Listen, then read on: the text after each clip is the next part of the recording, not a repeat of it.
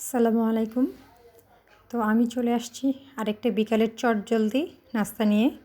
আপনারা যারা বিকালে মনে করেন যে ক্ষুধা লাগছে কিন্তু খেতে ইচ্ছা করতেছে না, তো আপনাদের জন্য আমি আজকে নিয়ে আসছি যে বাসায় থাকা প্রত্যেকটি সরঞ্জাম যেটা কাজে লাগে কিন্তু মনে হয় কাজে লাগতেছে না। তো এই বাসায় থাকা প্রত্যেকটি সরঞ্জাম দিয়ে আপনারা বিকেলের চটজলদি নাস্তা তৈরি করে নিতে পারবেন। তো আমার রেসিপিটা প্রথম থেকে দেখলে বুঝতে পারবেন যে আমি কীভাবে কী করতেছি। তো এটা হচ্ছে আপনার খুবই মজাদার একটা পিঠা এবং কি পেটও ভরবে, মনও ভরবে।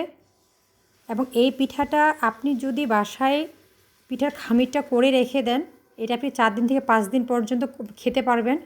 তবে অবশ্যই এই পিঠার খামিরটা আপনাকে ফ্রিজে নরমালে বক্সিং করে রাখতে হবে। তো এখানে প্রথমে আমি পেঁয়াজ, মরিচ, আদা রসুন বাটা, কিছু রসুন কুচি, ধনিয়া পাতা, লবণ দিয়ে সুন্দর করে আমি মিক্সচার করে নিচ্ছি। তো পরে আমি এখানে আরও কিছু অ্যাড করব, তো আপনার ভালোভাবে দেখতে থাকুন। অবশ্যই পেঁয়াজটাকে ভালোভাবে মক্তে নিতে হবে, যেন পেঁয়াজটা গোটা গোটা না থাকে, দাঁতে লাগবে।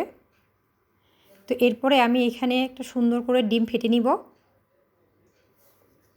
তো ডিমটা ফেটে নেওয়ার আগে আমি এখানে সুন্দর করে হচ্ছে মরিচের গুঁড়া, হলুদের গুঁড়া, গরম মশলার গুঁড়া, একটু পাঁচফোড়নের গুঁড়া, আমি আমার সিক্রেটস মশলাগুলো বললাম। এই পিঠাটা বানানো হলে অবশ্যই বাসায় আপনারা পাঁচফোড়নের গুঁড়া অ্যাড করবেন, তাহলে পিঠাটার স্বাদ আরও দ্বিগুণ পরিমাণে বেড়ে যাবে, যা আপনারা একটা না দুটো না বারবার খেতে চাবেন।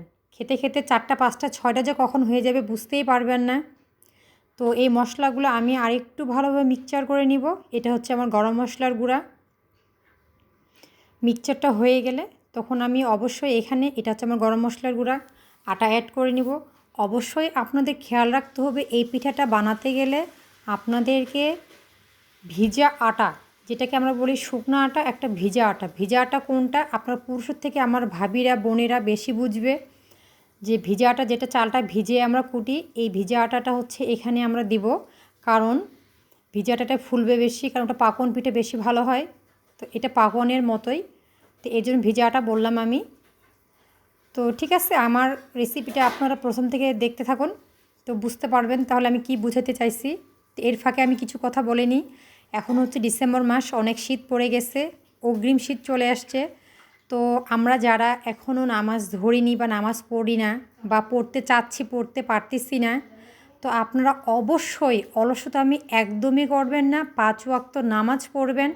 আল্লাহ রসুলের কাছে অবশ্যই ক্ষমা চেতে হবে আমাদেরকে, আমাদের ফিরে আসা, আমাদের ভুলের জন্য, ফেলে আসা ভুলের জন্য।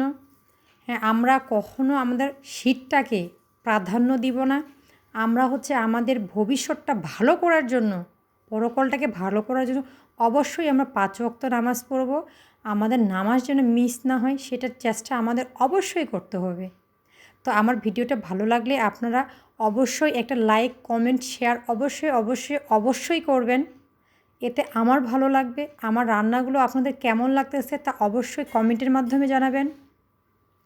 দেশে এবং দেশের বাইরে আমার যে বন্ধু বান্ধব সকলে আপনারা আমাকে কমেন্টের মাধ্যমে উৎসাহ করবেন। লাইক, শেয়ার, কমেন্ট অবশ্যই করবেন। আমার ইউটিউব চ্যানেল আছে নেকমরদ নিপা আক্তার, তো আমার ওই চ্যানেলটাতে একটা সাবস্ক্রাইব করে দিলে আমি অনেক খুশি হব। তো এই হচ্ছে আমার চটজলদি পিঠা। তা আমি হচ্ছে আটার খমিরটা করে নিচ্ছি ভালোভাবে। তো শুধু আপনারা এখানে লবণটা টেস্ট করে নেবেন, আর যে যেরকম ঝাল খান সে সেভাবে ঝালটা অ্যাড করবেন। তো এই পিঠায় প্রচুর ঝাল হলে ভালো লাগে না। তো এই হচ্ছে আমার বাটারটা হয়ে গেছে। তো বাটারটা আমি কেমন করে করছি দেখে নিন। এই যে এরকম পাতলা করতে হবে। আর যদি আপনি মনে করেন যে বাটারটা আপনি এর থেকে আরও ঘন করবেন, তাহলে হবে কি আপনার পিঠার মধ্যে একটা হচ্ছে ভুঁড়ি থাকবে, যে ভুঁড়িটা থাকলে হবে কি পিঠাটা আপনার সহজে সিদ্ধ হবে না, খেতে ভালো লাগবে না। আর এই পিঠাটা যত ক্রিস্পি হবে খেতে ততই মজা লাগবে। তো এ ছিল আজকে আমার চটজলদি বাসায় থাকা সরঞ্জাম দিয়ে বানানো পিঠা। আপনারা কে কে খেতে পছন্দ করেন বা কারা খেয়েছেন, বা যারা এখনও খান নাই তারা এখনই তৈরি করে খেয়ে নিন আমার চটজলদি বিকালের মজাদার নাস্তা। এটা হচ্ছে ডিম পিঠা, অনেক মজাদার। তো ঠিক আছে, আমার ভিডিওটি স্কিপ না করে প্রথম থেকে শেষ পর্যন্ত দেখুন, দেখলে অবশ্যই ভালো লাগবে। আর এই পিঠাটা বানাতে গেলে তেলও প্রচুর লাগে না, অল্প একটু তেলে পিঠাটা বানানো হয়ে যায়। আর বাসায় যদি মেহমান আসে, মেহমানদের জন্য একটা পছন্দময় পিঠা হচ্ছে এটা।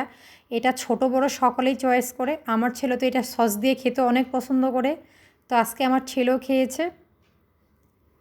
তো আপনাদের কাদের কাদের ভালো লাগছে আমার ভিডিওটা অবশ্যই একটা কমেন্টের মাধ্যমে জানাবেন। লাইক শেয়ার কমেন্ট অবশ্যই করবেন, ছোটো বোন অথবা বড় বোন মনে করে। আমার ভিডিওগুলি ভালো লেগে থাকলে অবশ্যই আমার পাশে থাকবেন।